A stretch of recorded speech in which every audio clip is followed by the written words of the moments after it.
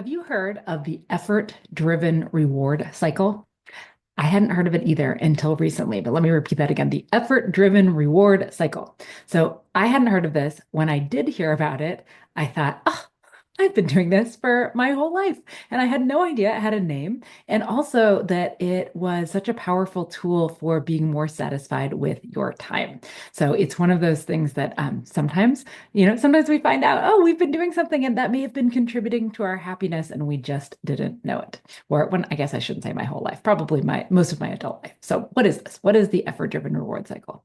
The idea of the effort-driven reward cycle is essentially that when you do something, oftentimes it's with your hands, but something that is effortful, it requires effort from you, and then you reap some reward from that, then that reward makes you want to keep doing that thing. Like sometimes the thing itself is the reward, like just you find it enjoyable to do, and other times it's the thing that you get that comes out of your effort. So things like this could be, cooking a beautiful meal. That is part of the effort-driven reward cycle, right? You're making something with your hands, it comes out, it's beautiful, it's delicious. You want to do it again, right? It could be something like gardening. If you're a gardener, you're pulling out the weeds, you're planting the flowers, and then eventually you get to literally sit back and smell the roses, right? The fruits of your labor. Sometimes it's the actual fruits of your labor. Maybe you're the kind of gardener or person that has a vegetable bed or a fruit tree, and you get to literally eat that carrot that you grew on your windowsill, or that lemon that grows in your yard. You get to eat that. You did something to make it, and you get to have it now. Sometimes it's having to do with hobbies. I think this shows up a lot for people. It's like, why do we do our hobbies? They're enjoyable and we get something at the end. So, for me, I am really into pottery at the moment. I've been doing ceramics pretty heavily for the last year or so. I've dabbled in it at points in my life, but now I'm doing it many hours a week, and this is incredibly satisfying for me. It's really satisfying to eat out of bowls that I have made, but it's also really satisfying to do the thing, even though it's hard.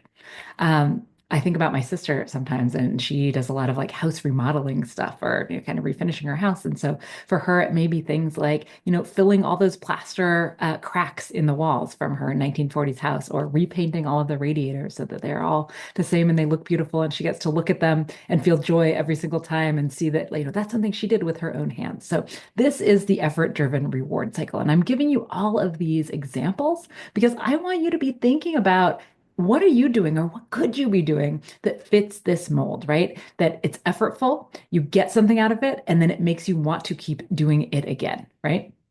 Now, you may be thinking, I don't have time for any of those things that you just mentioned, right? I am busy. I have got a big life. I've got a big job. I've got kids. I've got aging parents. Like, I have got a lot of things to do. I can't just like add gardening or ceramics or drawing or like something like that into my life. And don't worry, I am not here to tell you you should add something more into your life. But one thing that you could be thinking about is, are you spending time on things that aren't involved in this effort-driven reward cycle that could be more satisfying to you? So for instance, I think about things for me like watching TV. I mean, I really love watching TV, but going to the pottery studio, it's more enjoyable for me. I get more out of it than watching TV, even though I really, really do love binge watching TV, right? Same thing with like endlessly scrolling. I get enjoyment out of that, of course, don't we all, to a certain degree? But I get more enjoyability out of doing things that fall into this effort-driven reward cycle. As I'm thinking about it, I'm like, you know what? I often actually rarely watch TV without a crochet hook or knitting needles in my hand. So maybe I'm just enjoying putting those two things together. But what I want you to think about is, what are you already spending time on, right?